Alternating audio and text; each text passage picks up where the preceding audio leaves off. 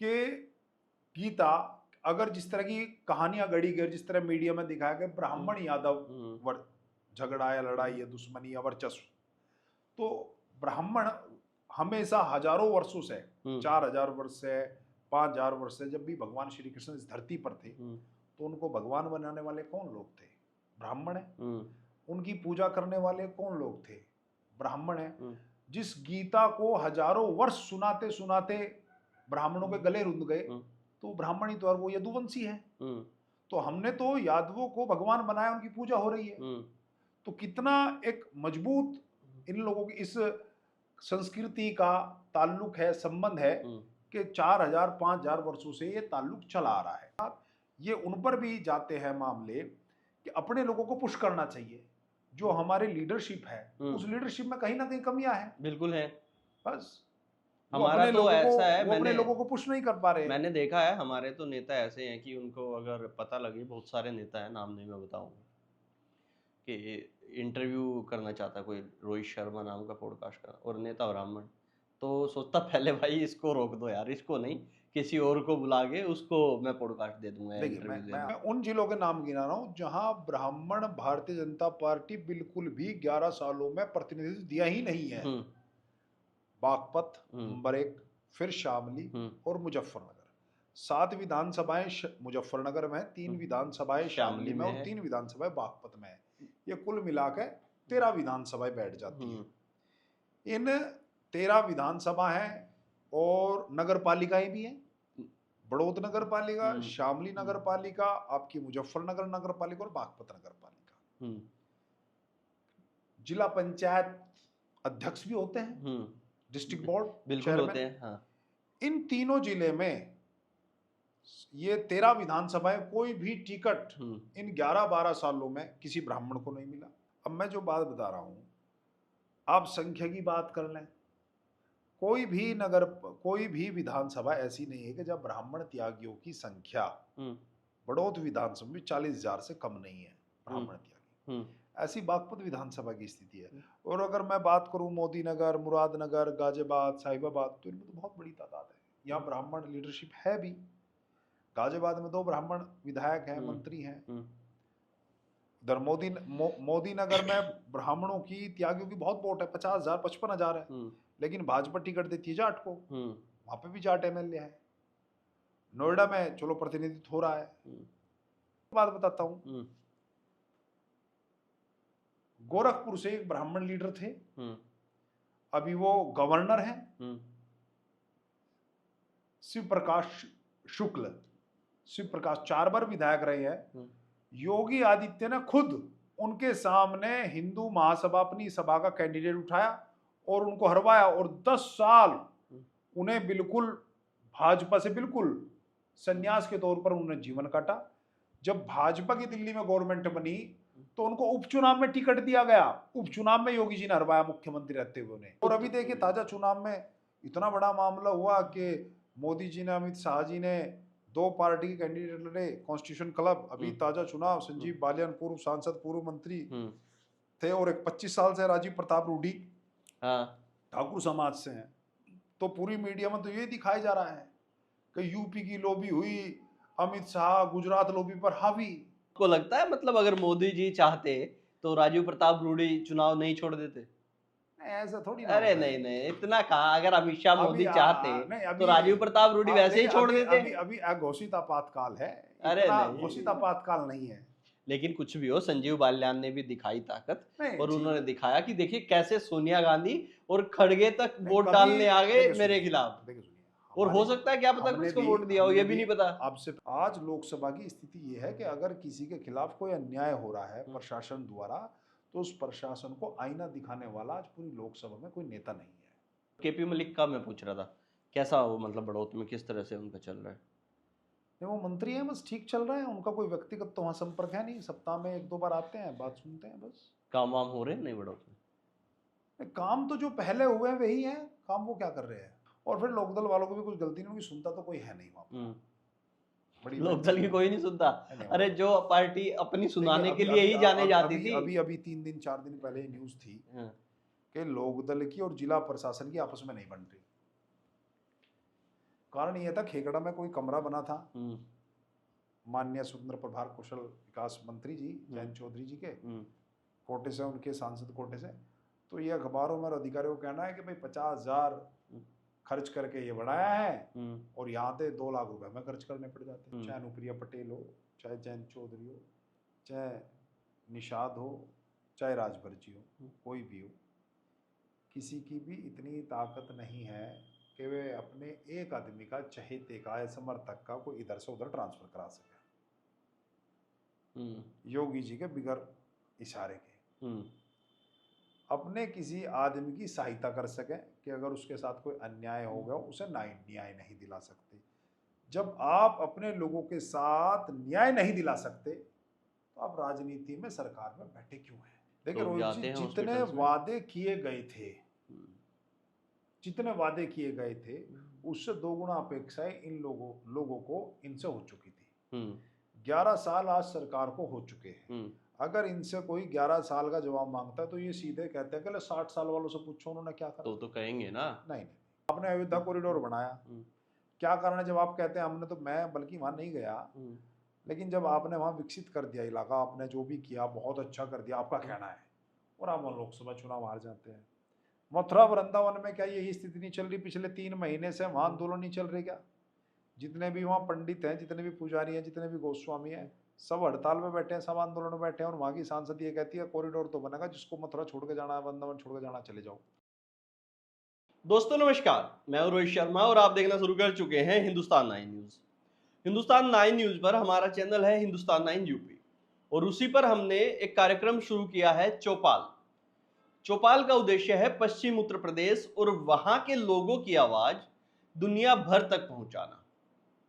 इसी क्रम में आज मेरे साथ जुड़े हैं दीपक शर्मा जी, और दीपक शर्मा जी ब्राह्मणों की आवाज उठाने के लिए जाने जाते हैं और बड़ौद से रहने वाले हैं। पश्चिम यूपी में ब्राह्मणों की स्थिति और ब्राह्मणों का राजनीतिक महत्व, इन सब चीजों के साथ कई और मुद्दे हैं जिन पे आज दीपक जी मेरे साथ बात करेंगे। दीपक जी, आपका बहुत बहुत स्वागत है हिंदुस्तान 9 की चौपाल में।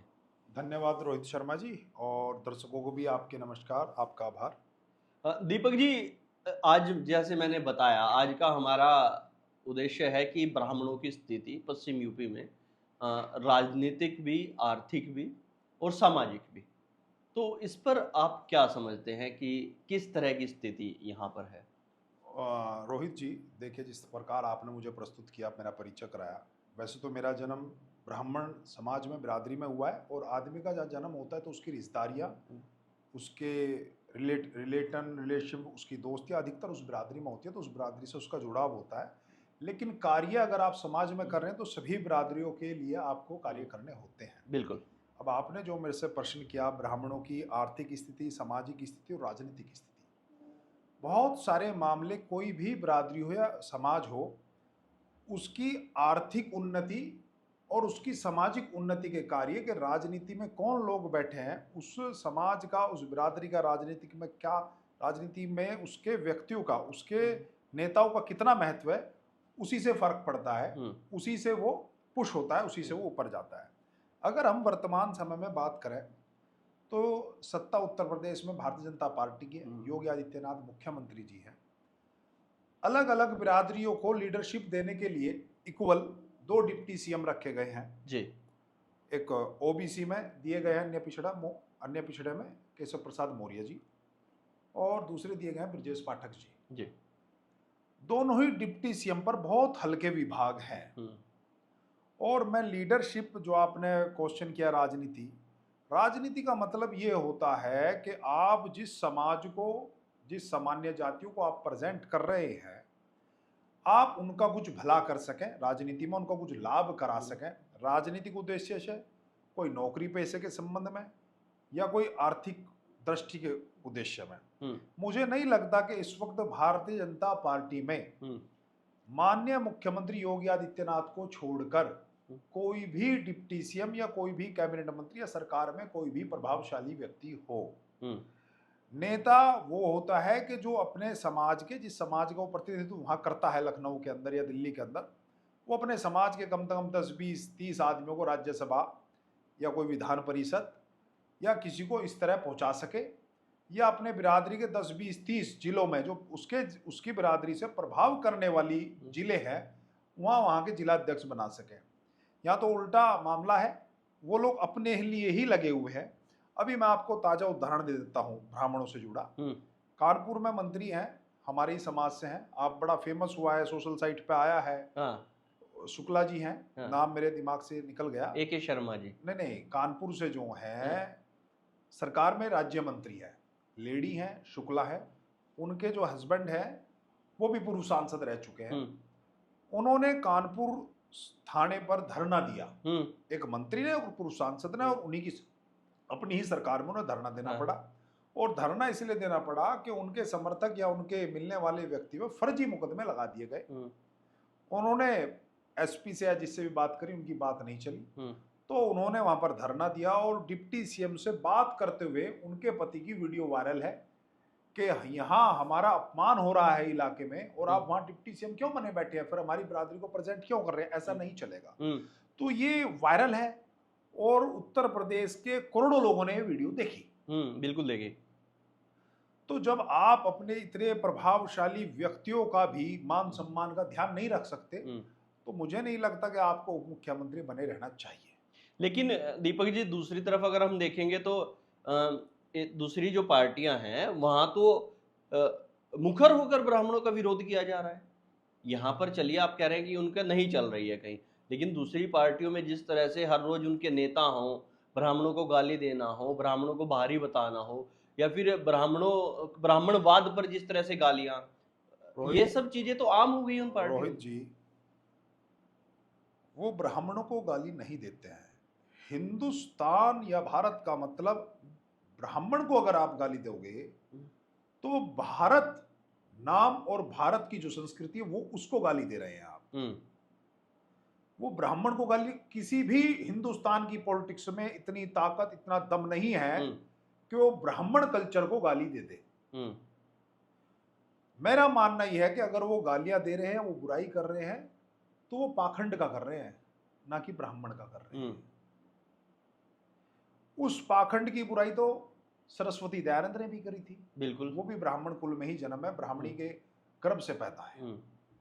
तो ये कहना तो बिल्कुल गलत है कि ब्राह्मणों को गाली दी जाए। पाखंड को दी होगी, कहीं कुछ इस तरह की घटना हुई होगी, ब्राह्मणों को कोई गाली नहीं दे सकता, ब्राह्मणों को कोई अपमान नहीं कर सकता। नहीं, इस तरह के तो बहुत उदाहरण है। हजारों वर्षों से लेके जो ब्राह्मण कल्चर है उसके बिगड़ तो हिंदुस्तान अछूता है।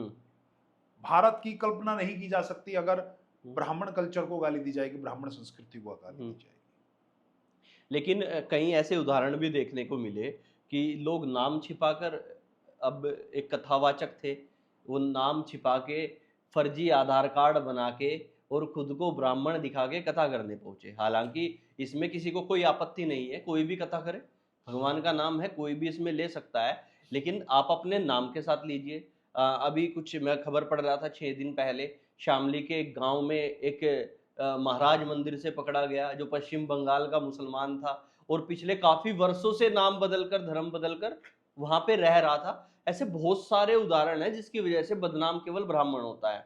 आप राम रहीम का देख लीजिए, राम रहीम ब्राह्मण नहीं है। आप आसाराम का देख लीजिए, ये लोग कौन है, लेकिन लोगों के माइंड में तो जाता है अगर ये पूजा पाठ ऐसा कुछ कर रहे हैं ब्राह्मण ही होंगे।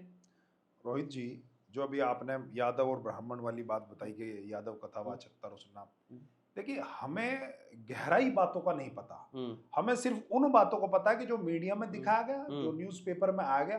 क्या पता उन लोगों की कोई व्यक्तिगत इशू हो, अपने पर्सनल इश्यूज के कारण भी वहां पर ये मामले हो सकते हैं। लेकिन अगर मैं ये बात कहूं कि गीता, अगर जिस तरह की कहानियां गढ़ी गई, जिस तरह मीडिया में दिखाया गया ब्राह्मण यादव झगड़ा या लड़ाई या दुश्मनी या वर्चस्व, तो ब्राह्मण हमेशा हजारों वर्षों से, 4000 वर्ष से, 5000 वर्ष से, जब भी भगवान श्री कृष्ण इस धरती पर थे तो उनको भगवान बनाने वाले कौन लोग थे?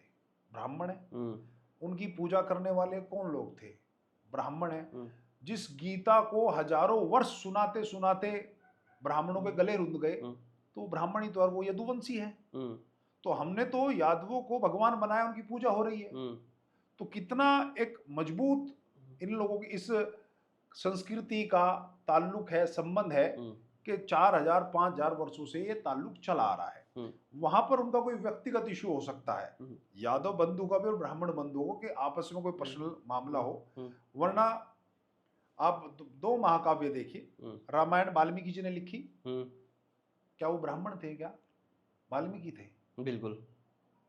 लेकिन उनको एक विद्वत्ता का दर्जा दिया गया है। वेद व्यास भी वो निषाद महिला के यहाँ से जन्म से पैदा हुए थे, उन्होंने उसको लेखनी किया था गीता को, पूरा महाभारत उन्होंने लिखा था। तो दोनों चीज ही ब्राह्मणों ने नहीं लिखी है, लेकिन ब्राह्मण हजारों वर्षों से उसको सुनाते आ रहे हैं, उसको गाते आ रहे हैं जी। जो आज तक वे महाकाव्य जीवित हैं, रामायण या महाभारत जीवित हैं, तो इसमें ब्राह्मणों का बहुत बड़ा योगदान है, राम जी के प्रति भी और श्री कृष्ण जी के प्रति भी। लेकिन आज जिस तरह से हम देखें ब्राह्मणों की जो स्थिति है, आर्थिक स्थिति की मैं बात कर रहा हूँ, वहाँ पर केवल कहने को जनरल कैटेगरी है, लेकिन बहुत सारे ऐसे घर मैं देखता हूँ। मैं अभी थोड़े दिन पहले बहराइच गया था और वहाँ पे मैंने देखा कि लोगों के घर में वो छत भी पक्की नहीं है, और पूरा पूरा मतलब गांव में लगभग 50% आबादी ब्राह्मण थी और उसमें से 4 घर पक्के रहे होंगे। और हमारे पश्चिम यूपी में भी अगर हम देखें तो यहाँ भी बहुत सारे ऐसे घर हैं और उनके लिए कोई योजना नहीं है, कोई सरकार सोचती नहीं है। एक EWS आया था, उस पर भी कई लोगों ने तंज कसना शुरू कर दिया कि ये क्या आ गया। रोहित जी, EWS तो है 10% आरक्षण के लिए, ये सरकार की योजनाएं होनी चाहिए। हमारे माननीय प्रधानमंत्री जी 2013 में ये कहा करते थे कि जब मैं प्रधानमंत्री बनूंगा तो 2 करोड़ प्रत्येक वर्ष में रोजगार दूंगा। आज 11-12 साल हो चुके हैं, इतिहास बना रहे हैं कि सबसे ज्यादा प्रधानमंत्री समय तक लगातार रहने तक।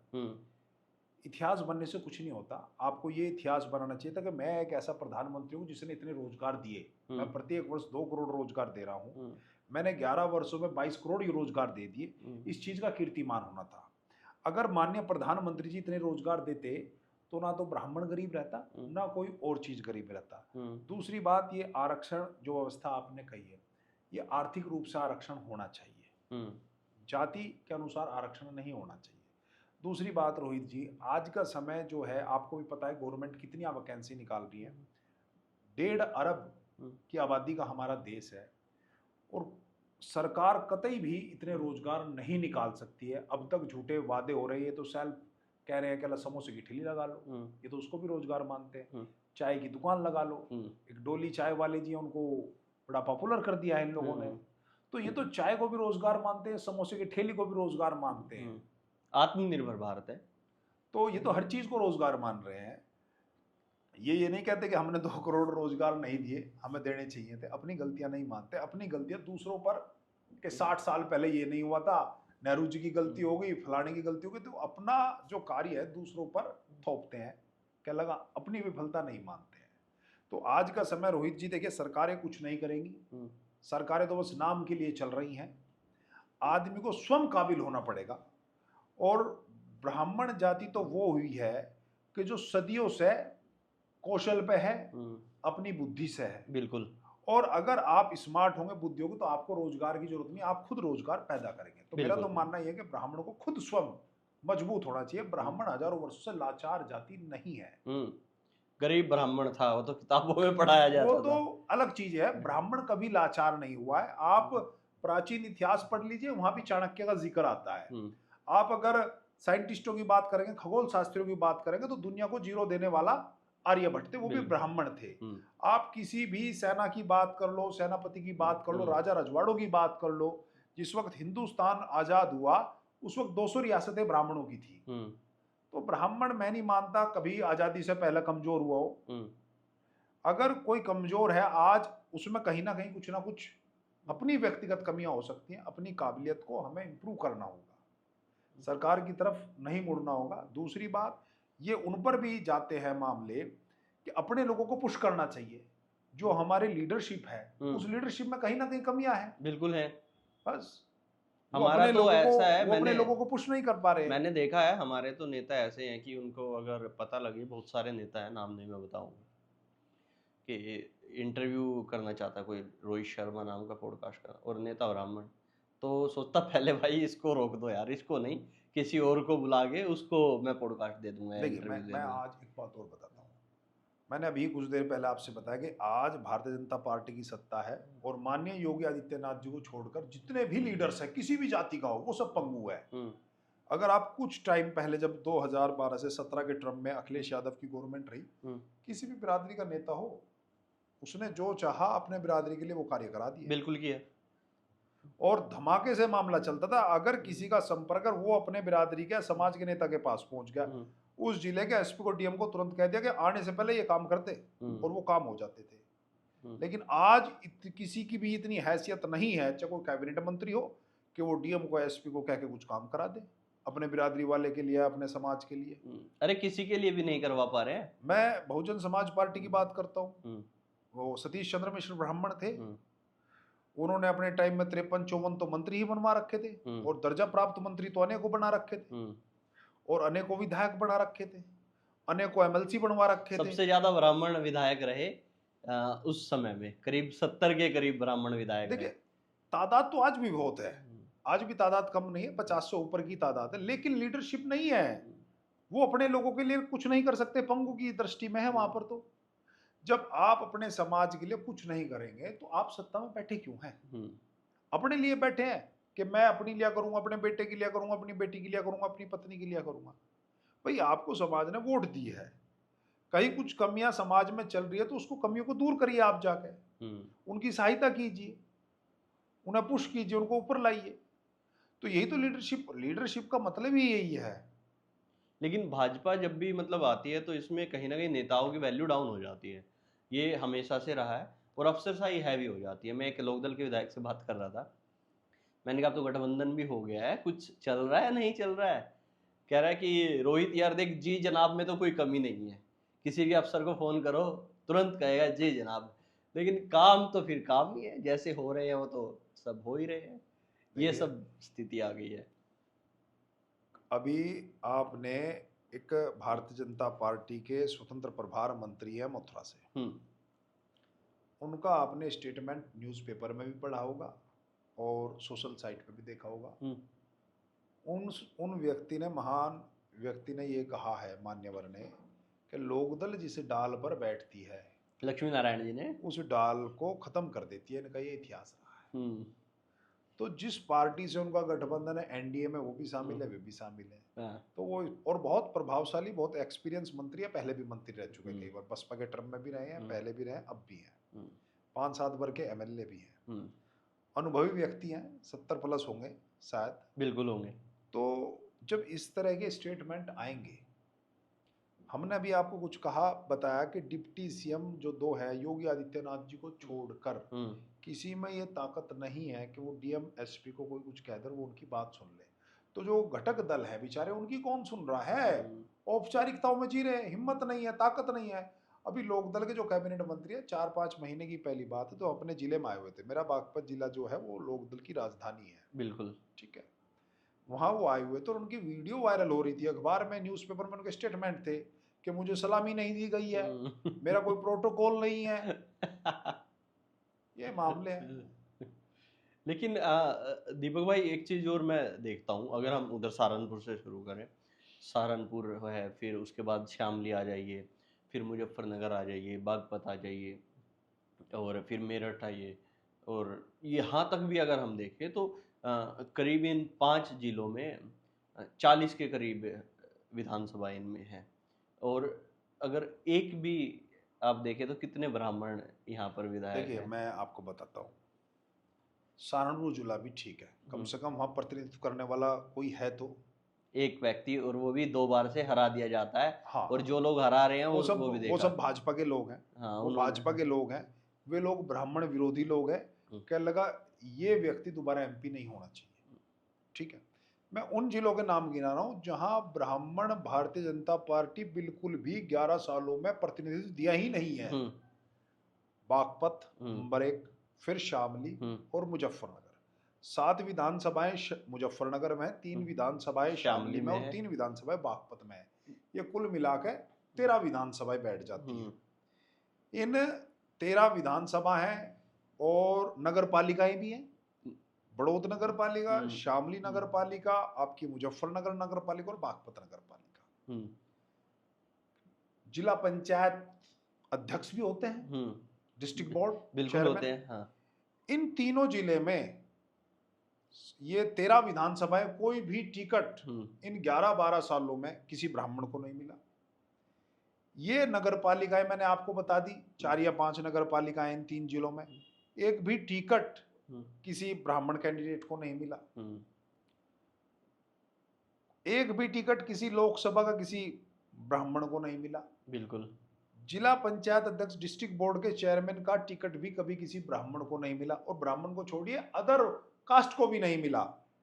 सिर्फ जाट समाज के अलावा और किसी दूसरी बिरादरी के व्यक्ति को प्राथमिकता भारतीय जनता पार्टी ने नहीं दी है। लेकिन जाटों ने वो बनाया भी है ना, पश्चिम यूपी में आप देखेंगे तो उन्होंने एक दबदबा बनाया अपना, उस हिसाब से उन्होंने पूरे देश को बताया भाई पश्चिम यूपी में है तो जाटों का सिस्टम है यहाँ पे, तो उनका ही चलता, उनके वोट है। और वो दिखाया उन्होंने, किसान आंदोलन हो या फिर और भी कई तरह की ऐसी चीजें हो, या लोकदल के लिए रैलियां हो। मैं आपको एक बात बताऊं, मेरा जो शहर है वो बड़ौत है। हाँ। और मैं अपने ही शहर की बात कर लेता हूँ, बड़ौत विधानसभा की बात कर लेता हूँ। 1952 से लेके 1969 तक ये बड़ौत विधानसभा रही है, उसके बाद बागपत विधानसभा बन गई थी। 1969 तक 6 दफा विधायक ब्राह्मण हो चुके थे।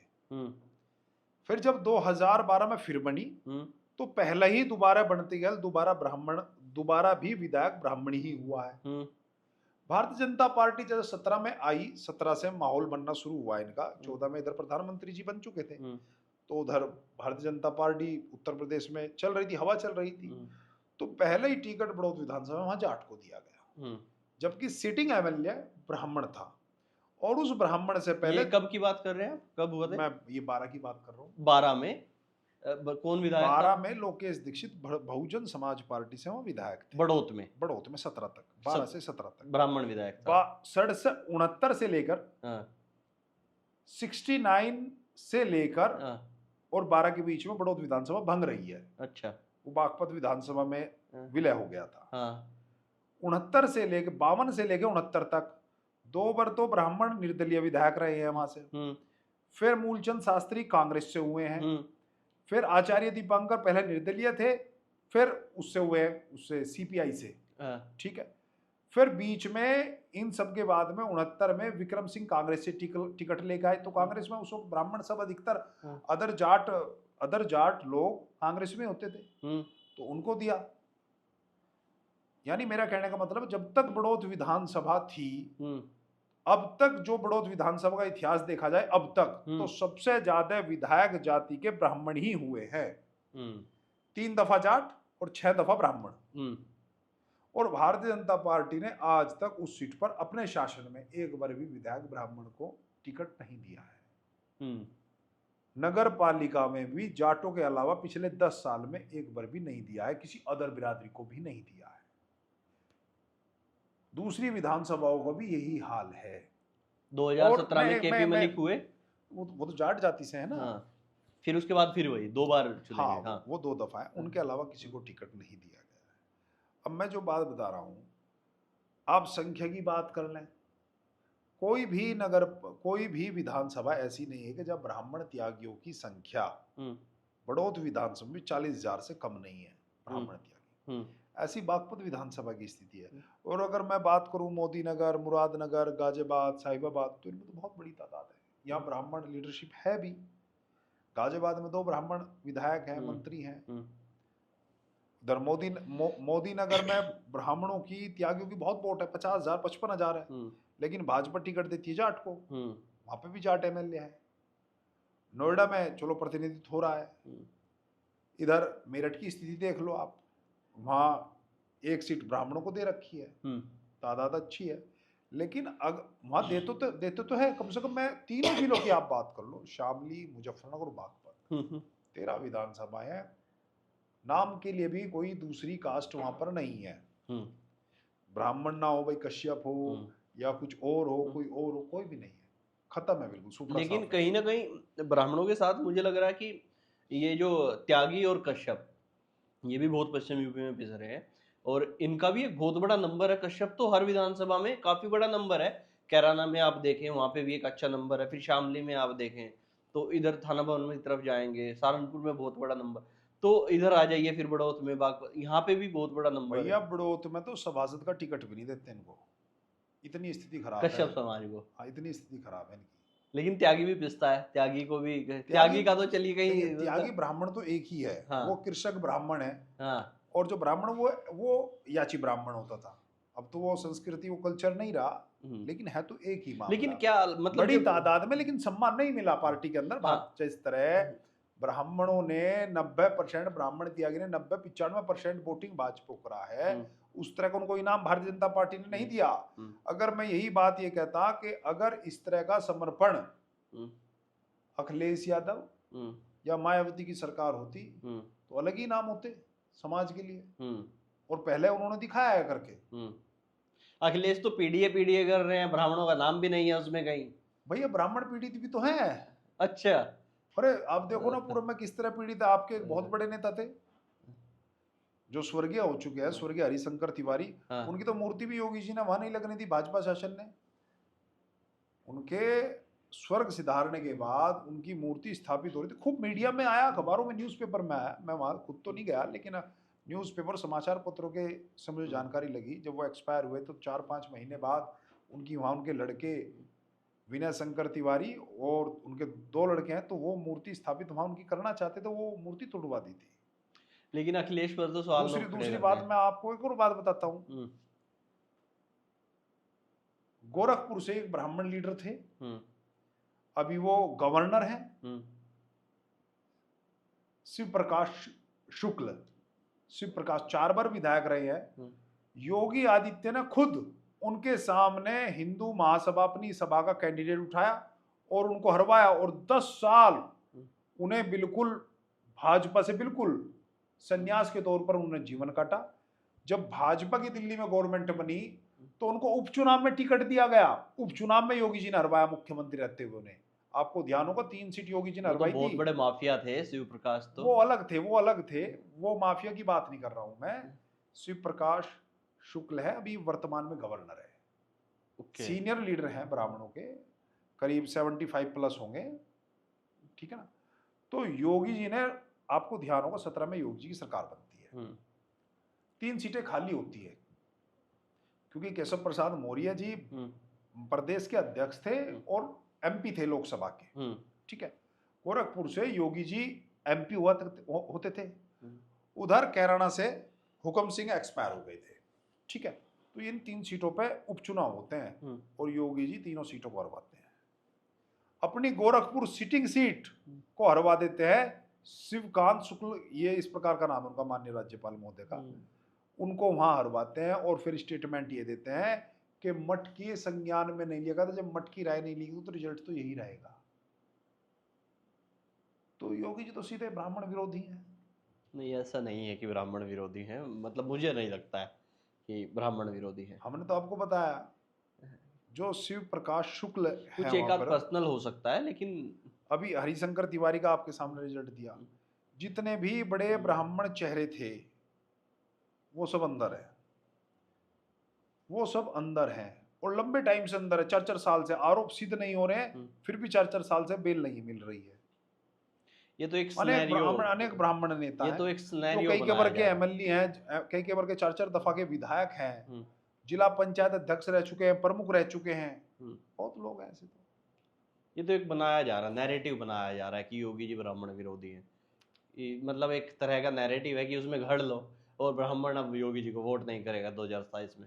नहीं, ब्राह्मण देखिए, योगी जी पर तो एक सीधा जातिवाद का आरोप है। कहीं भी चले जाइए, किसी भी जिले में जाइए, अधिकतर थानों में सब ठाकुर बैठे हैं, अधिकतर जिलों में अधिकतर ठाकुर बैठे हैं, और ठाकुरवाद का उन पर आरोप है। तो अखिलेश पर भी आरोप है। सुन लीजिए पत्रकार महोदय, पूरी तो बात सुनिए। अनेक जो उनकी जाति के हैं, जो काम ब्राह्मण जाति के विधायकों ने किए, जिनकी आपने व्यक्तिगत इशू बता दिए, ऐसे ही काम उन लोगों ने भी किए हुए हैं। वो लोग सब बाहर है, निर्दलीय एमएलसी बन रहे हैं, उनके सामने भारतीय जनता पार्टी के कैंडिडेट चुनाव हारते हैं, क्योंकि योगी जी की सपोर्ट है, तो निर्दलीय वो लोग जीतते हैं। उनके भतीजे भी एमएलसी, उनकी पत्नी एमएलसी, वे भी एमएलसी।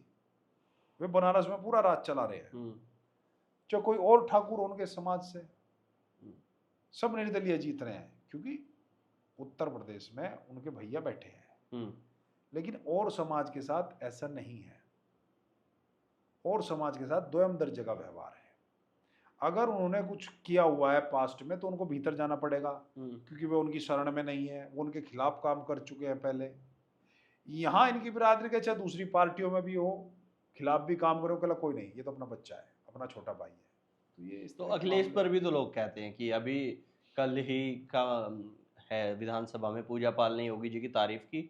अतीक अहमद तो किसी से छुपा नहीं है, इतना बड़ा माफिया था, ऐसे आदमी को तो अच्छा चलिए, आपने अतीक अहमद का जिक्र किया। हाँ, अतीक अहमद का जब एनकाउंटर होने वाला था उसके लड़के का, हाँ, तो कौन भाजपा के नेता थे जो सिफारिश कर रहे थे कि उसके लड़के का एनकाउंटर नहीं होता? कौन पैसों की डील कर रहा था?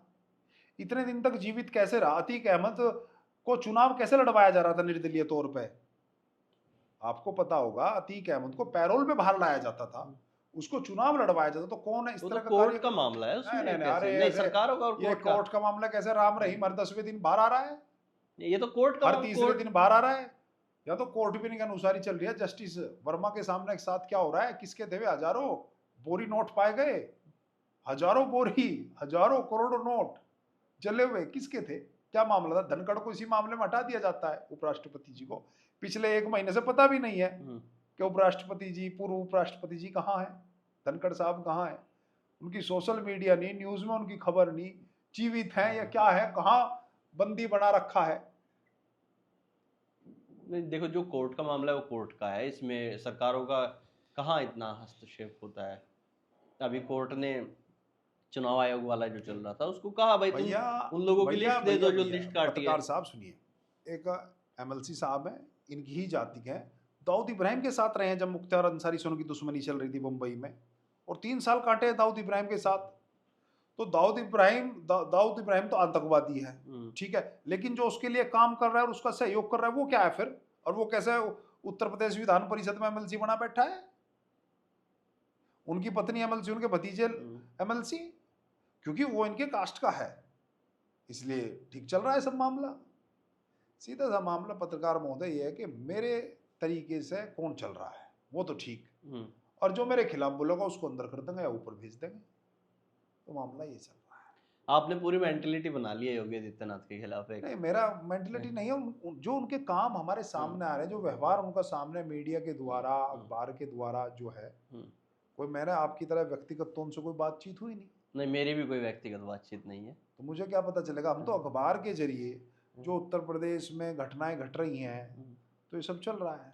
लेकिन और अभी देखिए ताजा चुनाव में इतना बड़ा मामला हुआ कि मोदी जी ने, अमित शाह जी ने 2 पार्टी के कैंडिडेट लड़े, कॉन्स्टिट्यूशन क्लब, अभी ताजा चुनाव, संजीव बालियान पूर्व सांसद, पूर्व मंत्री थे, और एक 25 साल से राजीव प्रताप रूडी ठाकुर समाज से हैं। तो पूरी मीडिया में तो ये दिखाया जा रहा है कि यूपी की लॉबी हुई, अमित शाह गुजरात लॉबी पर हावी, योगी आदित्यनाथ ने दिया खुला समर्थन, विपक्ष ने भी खुला समर्थन दे दिया और पटकनी दे दी। लेकिन संजीव बालियान का मैं बयान सुन रहा था कि भाई ये कुछ नहीं है, फ्रेंडली एक मुकाबला था और दोनों ही एक पार्टी से थे, उसमें नहीं है वो एक पार्टी के हैं, लेकिन जो आवाजें आई कल ये कैंडिडेट तो अमित शाह मोदी का है, गुजरात हावी हो जाएगा, तो उधर ठाकुर लोग भी पूरी एक हो गई है। और फिर इधर विपक्ष ने भी राजीव प्रताप रूडी को दिया, राहुल गांधी ने, सोनिया गांधी ने, खड़गे जी ने, सबने एक तरफा उनको। लेकिन चाहे कुछ भी हो, संजीव बालियान ने भी ये दिखाया कि भाई हम चुनाव लड़ रहे हैं। तो देखिए, सोनिया गांधी और खड़गे तक वोट डालने आए, अरे भले ही हराने के लिए आए हो, लेकिन वोट तो डालने आए ना। चुनाव नहीं लड़ रहे थे, चुनाव तो मोदी जी लड़ रहे थे, अमित शाह जी लड़ रहे थे। अच्छा, कभी भी वहां इस तरह चुनाव ही नहीं हुआ है, वहां के चुनाव का पता ही नहीं चलता था, कब हो जाता कब क्या। लेकिन पता तो इस बार चला ना, क्योंकि जब बड़ी ताकतें टकरा रही थी। अच्छा सीधे मोदी जी का था उसमें। तो आपको लगता है मतलब अगर मोदी जी चाहते तो राजीव प्रताप रूडी चुनाव नहीं छोड़ देते? ऐसा थोड़ी। अरे नहीं नहीं, इतना कहा, अगर अमित शाह मोदी चाहते तो राजीव प्रताप रूडी वैसे ही छोड़ देते। अभी अघोषित आपातकाल है, अरे घोषित आपातकाल नहीं है। लेकिन कुछ भी हो, संजीव बालियान ने भी दिखाई ताकत, और उन्होंने दिखाया कि देखिए कैसे सोनिया गांधी और खड़गे तक वोट डालने आ गए मेरे खिलाफ। देखिए सुनिए, और हो सकता है क्या पता हमने किसको भी वोट दिया हो, हमने ये भी नहीं पता। आपसे पहले हमने भी कभी ये नहीं सुना था हम्म, कि कॉन्स्टिट्यूशन क्लब का चुनाव हम्म, होता है। हमने इस बार ही सुना है, लेकिन इस चीज को अधिकतर मीडिया मोदी वर्सेस हाँ। इधर लिया जा रहा मैं था। भी बात कर रहा था अपने एक दोस्त से, मैंने कहा संजीव बालियान की हार ये विपक्ष अमित शाह की हार मानकर चल रहा हाँ है। बिल्कुल।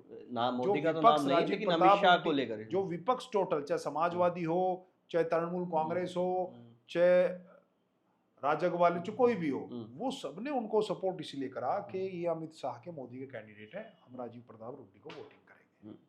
लेकिन अभी आगे दीपक भाई कैसा नजर आता है पश्चिम में, अगर हम देखें, वही मैं ब्राह्मणों की बात करूंगा, देखो कि आज वही हमारा टॉपिक भी है कि आगे के लिए कैसे जा देखिए, रहे हैं, क्यों? हकीकत बात यह है कि जिन 3 जिलों की मैंने आपसे बात करी, मैंने आपको बता दिया कि इन जिलों में तो कहीं ना कहीं छुटपुट छुटपुट प्रतिनिधित्व है। देखिए, एक तो हम लोगों में अपने लोगों के प्रति रुचि नहीं है।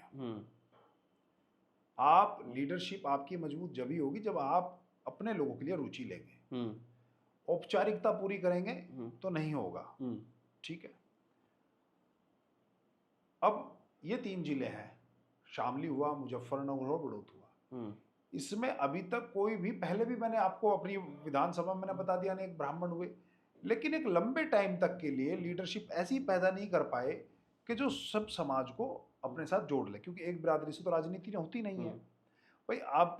आप एक बार बन गए, 2 बार बन गए, 3 बार बन गए, या चौथी दफा बन गए, ऐसा कुछ नहीं हुआ।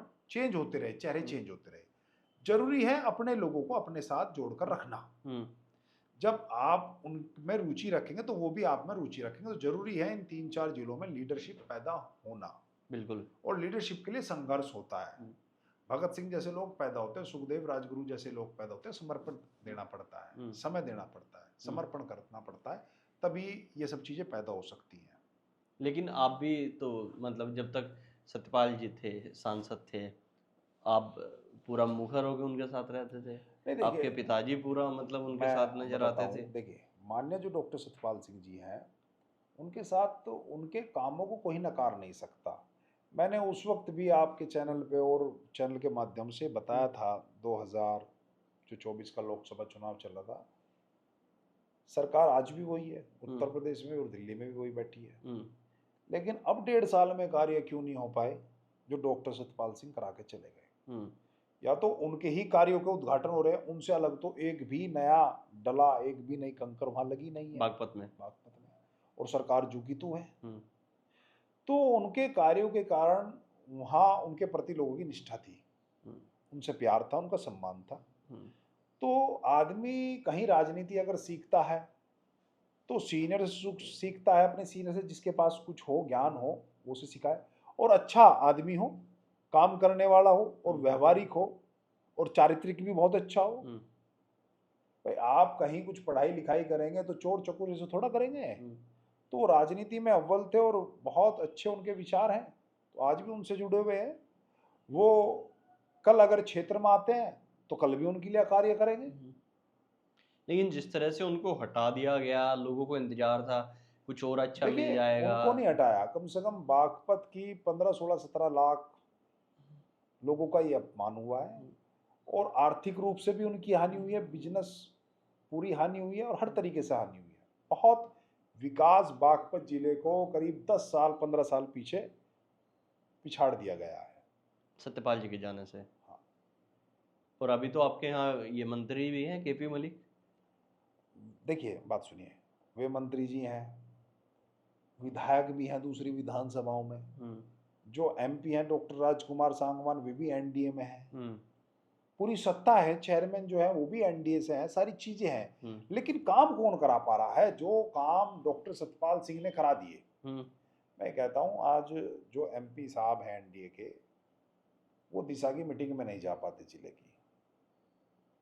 वो फोन एसपी को करते हैं तो क्या कप्तान उनकी बात मानते हैं? क्या जिलाधिकारी उनकी बात मानते हैं? या वो कमिश्नर को अपने क्षेत्र के लिए, बागपत के लिए मेरठ कमिश्नर को फोन करने लगे, वो कमिश्नर उनकी बात सुनती है, मानती है?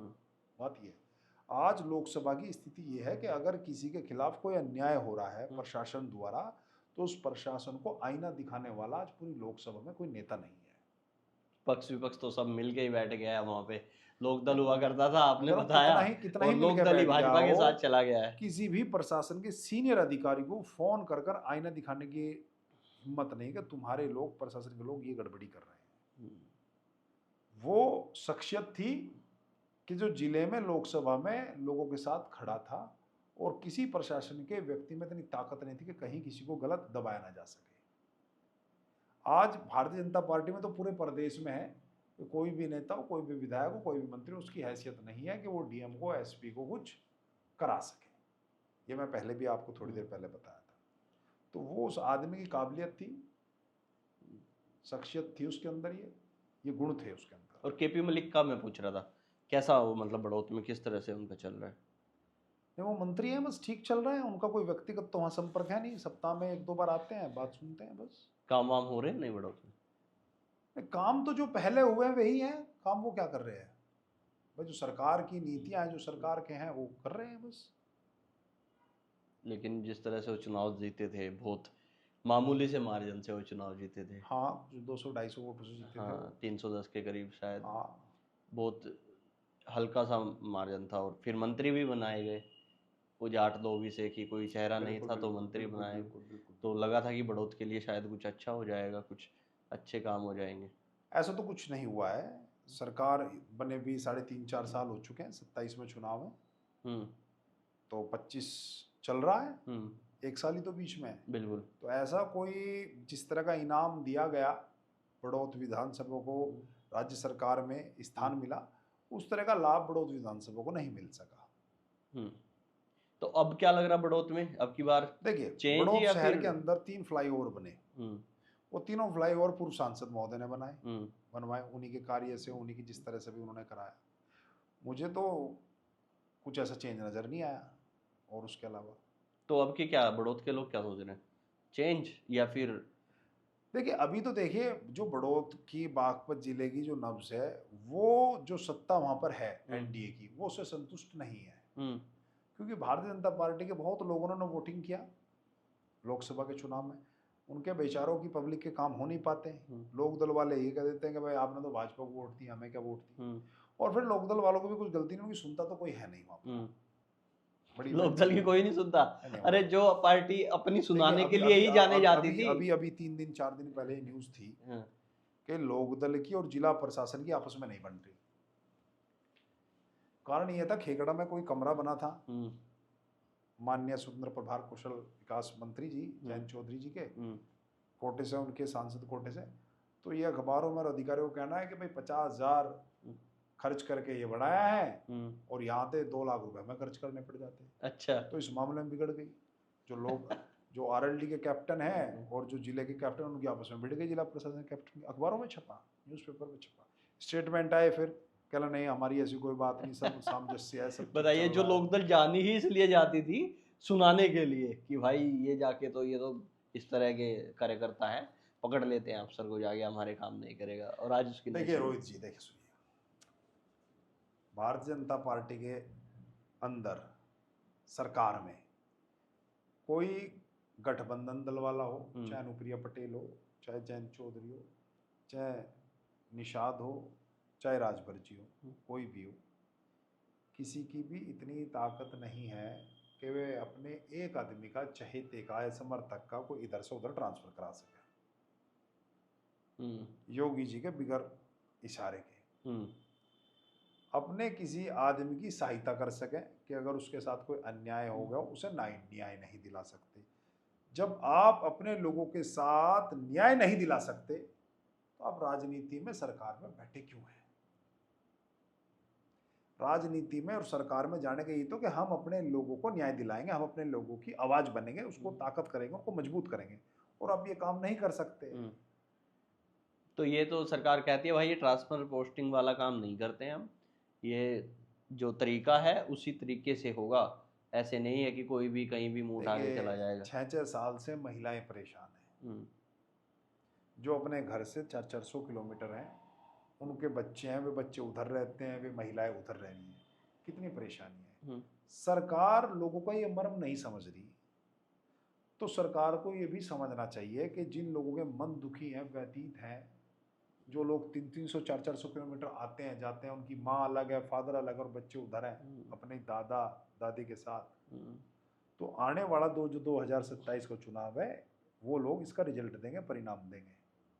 आप स्कूल बंद कर देते हैं, हजारों स्कूल। तो योगी जी ने कहा है दीपक जी, अभी कल ही मैं सुन रहा था विधानसभा में, हम एक भी स्कूल बंद नहीं करने जा रहे, एक भी स्कूल बहुत नहीं बढ़िया बंद हो बात है, रहा। लोगों ने आवाज उठाई, विपक्ष ने भी आवाज उठाई, तो कहीं ना कहीं विपक्ष की और जनता की बात मान ली गई है। ठीक है, अच्छी बात है। तो अगर नहीं बंद कर रहे हैं, आप बंद नहीं कर रहे हैं, तो कम से कम आज रोहित जी, मैं प्रैक्टिकली रूप से बता रहा हूँ, कोई भी मध्यम वर्ग का बच्चा आज प्राइमरी स्कूल में क्यों नहीं जाना चाहता है? हमारे टीचर्स जो पब्लिक स्कूल है उनसे ज़्यादा मेरिट वाले हैं, वहाँ पर तो उतने मेरिट वाले नहीं हैं। यहाँ अनुभवी टीचर्स हैं, क्वालिफाइड टीचर्स हैं, उसके बाद भी सरकार का रुझान प्राथमिक स्कूलों के प्रति क्यों नहीं है? योगी जी जब मुख्यमंत्री बन रहे थे तो उन्होंने कहा था कि हम कंट्रोल फीस करेंगे, इससे ज़्यादा फीस नहीं लेंगे, पब्लिक स्कूल इससे ज़्यादा नहीं करेगी, हॉस्पिटल। तो क्या है, आप हॉस्पिटल डॉक्टर की फीस कंट्रोल नहीं कर पाए, आप पब्लिक स्कूलों को कंट्रोल नहीं कर पाए। एक स्कूल की फीस महीने की 500, एक महीने की स्कूल की फीस 20,000 रुपये, की 5,000 रुपये। तो किस तरह मानक है और किस तरह गड़बड़ियाँ हैं? ये सरकार की असफलताएं हैं पिछले 8-9 सालों में योगी जी की। तो आपको तो सारी असफलता दिख रही है, आपने समाजवादी का नहीं, चश्मा पूरी तरह से बात पहन लिया है। समाजवादी के चश्मे की नहीं है बात। मैं तो अभी कहीं समाजवादी में हूँ नहीं, रुझान लग रहा है। अभी तो मैं इंडिपेंडेंट हूँ, कोई समाजवादी में नहीं हूँ, कहीं नहीं हूँ, आज़ाद हूँ, बिल्कुल आज़ाद पंछी की तरह उड़ना चाहता हूँ। तो मैं कहीं समाजवादी की बात कहाँ कर रहा हूँ? समाजवादी जो बात इस वक्त कर रही है वो तो सत्ता में नहीं है ना भाई साहब, वो तो जनता की तो बात कर रही है। तो जो पब्लिक की बात है मैं तो वही कर रहा हूँ। योगी जी तो एक बहुत गरीब सामान्य घर से थे, तो सामान्य लोगों को दर्द समझना चाहिए। हमें क्या जरूरत है कि हम अपने बच्चों को 10,000 रुपए की फीस महीना देकर स्कूल में ऐसे में क्यों पढ़ाए? हम सरकारी स्कूल में क्यों नहीं पढ़ा रहे? 500 रुपए जहां 200 रुपए जा रहे हैं। सरकार नहीं चाहती, सरकार ऐड नहीं कर रही है अपने स्कूलों का, प्रोत्साहित नहीं कर रही सरकार। तो ये चाहती है तुरंत बंद हो जाए मामले। आपको पता होगा सारा बिजली का निजीकरण हो रहा है, दक्षिणांचल पूर्वांचल सब प्राइवेटकरण हो रहा है, हड़तालें चल रही हैं पिछले 4-5 महीने से। बिजली भी तो आ रही है, कितनी बिजली आती थी यूपी में, मैं बता रहा हूँ आपको। आज से अगर मैं बात करूँ 5-7 साल पहले की, मैं जाता था हमारी रिश्तेदारियों में, तो पता लगता था एक हफ्ता दिन में लाइट आ रही है और एक हफ्ता रात में लाइट आ रही है, और कई जगह तो आ ही नहीं रही है हफ्ता हफ्ता लाइट। अब लाइट तो आ रही है ना कम से कम समय से। रोहित जी, सरकारों का काम वेलफेयर का होता है, हाँ। तराजू बैठ कर वसूली करने का नहीं होता। व्यापारी सरकार व्यापार का काम ना करें। आप अगर हर चीजों का प्राइवेटकरण करते चले जाएंगे, भाई आपने हेल्थ सारी प्राइवेट कर रखी है, सरकारी हॉस्पिटलों में है क्या? आपके पास इतने डॉक्टर नहीं है, डॉक्टर हैं तो आपके पास उपकरण नहीं है, आपके पास संसाधन नहीं है।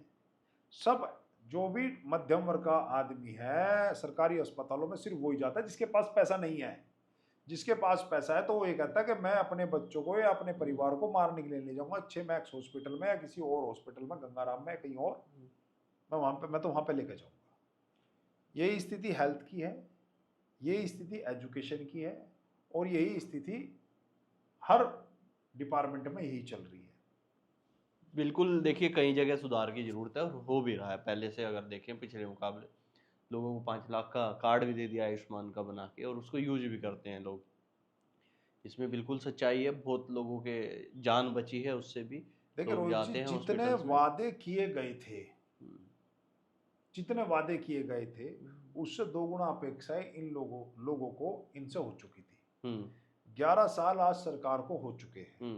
अगर इनसे कोई 11 साल का जवाब मांगता है तो ये सीधे कहते हैं कि 60 साल वालों से पूछो उन्होंने क्या करा। तो कहेंगे ना। नहीं, आप अपना 11 साल का ट्रैक रिकॉर्ड दीजिए कि आपने 11 साल में क्या किया। आपने कौन सी मेट्रो सिटी बना दी, बताइए कहाँ मेट्रो सिटी बन गई? लखनऊ में भी जहाँ अखिलेश ने पहले मेट्रो चलाई थी वहीं की वहीं चल रही। जितने लखनऊ के अंदर पार्क हैं, जो लखनऊ के अंदर स्टेडियम है, वे किसकी देन है भाई? लेकिन ये तो बताते हैं कि देखिए हमने कितने सुनिए, एम्स आप खोल सुनिए, दिए। आपने अयोध्या कॉरिडोर बनाया, क्या कारण है? जब आप कहते हैं हमने, तो मैं बल्कि वहां नहीं गया, लेकिन जब आपने वहां विकसित कर दिया इलाका, आपने जो भी किया बहुत अच्छा कर दिया, आपका कहना है, और आप वहां लोकसभा चुनाव हार जाते हैं। मथुरा वृंदावन में क्या यही स्थिति नहीं चल रही? पिछले 3 महीने से वहां आंदोलन नहीं चल रहे क्या? जितने भी वहाँ पंडित हैं, जितने भी पुजारी हैं, जितने भी गोस्वामी हैं, सब हड़ताल में बैठे हैं, सब आंदोलन में बैठे हैं। और वहाँ की सांसद ये कहती है कॉरिडोर तो बनेगा, जिसको मथुरा छोड़ के जाना है, वृंदावन छोड़ के जाना, चले जाओ।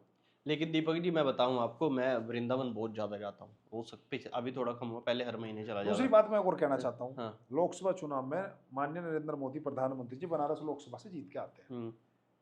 पहला ट्रैक क्या था? 19 का ट्रैक क्या था? 24 का ट्रैक क्या था? और अब 24 का ट्रैक क्या था? भाई साहब, जब आपने तरक्की और विकसित कर दी तो आपका ग्राफ नीचे क्यों आ गया? ये भी तो देखिए सोचने वाली बात है। नहीं, देखिए अगर आप देखेंगे तो कोई भी है, एक बहुत बड़ा देखिए नंबर भाई साहब, 30-35% का तो नंबर है ही है जो खिलाफ रहता है। उसमें 95% तक मुस्लिम है जो भाजपा को नहीं आता। हाँ, कई जगह तो 100% ही नहीं आता। और भी बहुत सारे लोग हैं, जातिगत लगा लीजिए या कई तरह की चीज लगा लीजिए। दूसरा पॉजिटिव ये भी तो है ना कि वो 3 बार जीत रहे हैं, वो बार बार जीत रहे हैं, ये भी तो पॉजिटिव है ना। आप 14 में सरकार बनी, फिर 19 में बनी। अगर इतना ही बुरा उन्होंने किया होता तो फिर नहीं बनती। भैया उसके देखिए, बावजूद उनको 240 सीटें मिली। कांग्रेस को कब मिली थी 200 सीट के पार? रोहित जी, दूसरी बात तो ये भी है, ये भी तो आरोप लग गए, वोट कटवा, वोट चोरी। हाँ, ये मैं ये वोट इंतजार चोरी कर के भी रहा तो था आरोप आप लग कब गए। कहेंगे वोट चोरी। वो देखिए वोट वो चोरी के कहते भी तो हैं, सुनिए, मामले भाजपा हैं। वाले कहते हैं कि भैया जब हमने वोट चोरी नहीं किया था तब तो हमें मिली 300 पार, और जब हमने वोट चोरी किया तब मिली 240। अब दूसरा, राहुल गांधी कह रहे हैं कि महाराष्ट्र में इन्होंने वोट बढ़ा दी, वहां से बीजेपी आ गई, और बिहार में वोट काट दी इसलिए बीजेपी आ जाएगी। रोहित जी, भाई क्या कर रहे हो? रोहित जी मतलब देखो, समझ नहीं आ रहा देश को अब ये सुनिए, मतलब फंस गए हैं। एक जगह तो कह रहे हो वोट बढ़ा दी तो बीजेपी, एक जगह काट दी तो मतलब सारी बीजेपी की बढ़ती और देखिए कटती है। मैं इस बात से भली भांति वाकिफ हूँ, हम्म क्योंकि मैं इन कार्यों में सम्मिलित रह चुका हूँ। हम्म तो वोट चोरी करके 300 नहीं लाते अपनी। तो हमने ये कार्य किए हुए हैं, तो मैं इन चीजों को झूठ नहीं मान सकता। चलिए दीपक जी, आप आए और आपने अपना कीमती समय दिया और बहुत सारी धन्यवाद। चीज़ों पर बातचीत की, उसके लिए आपका बहुत बहुत धन्यवाद। और आप जहाँ भी हमारा ये शो चौपाल देख रहे हैं, कुछ ऐसा लगता है आपको जो हमें पूछना चाहिए था, बात करनी चाहिए थी, वो कमेंट बॉक्स में ज़रूर छोड़ दीजिएगा। किसी और के साथ ये शो आप देखना चाहते हैं, किसी नेता को इस शो में आप देखना चाहते हैं, तो उनको भी कमेंट बॉक्स में टैग करिएगा और कमेंट को भर दीजिएगा। अब तक के लिए इतना ही। मैं रोहित शर्मा, जय हिंद।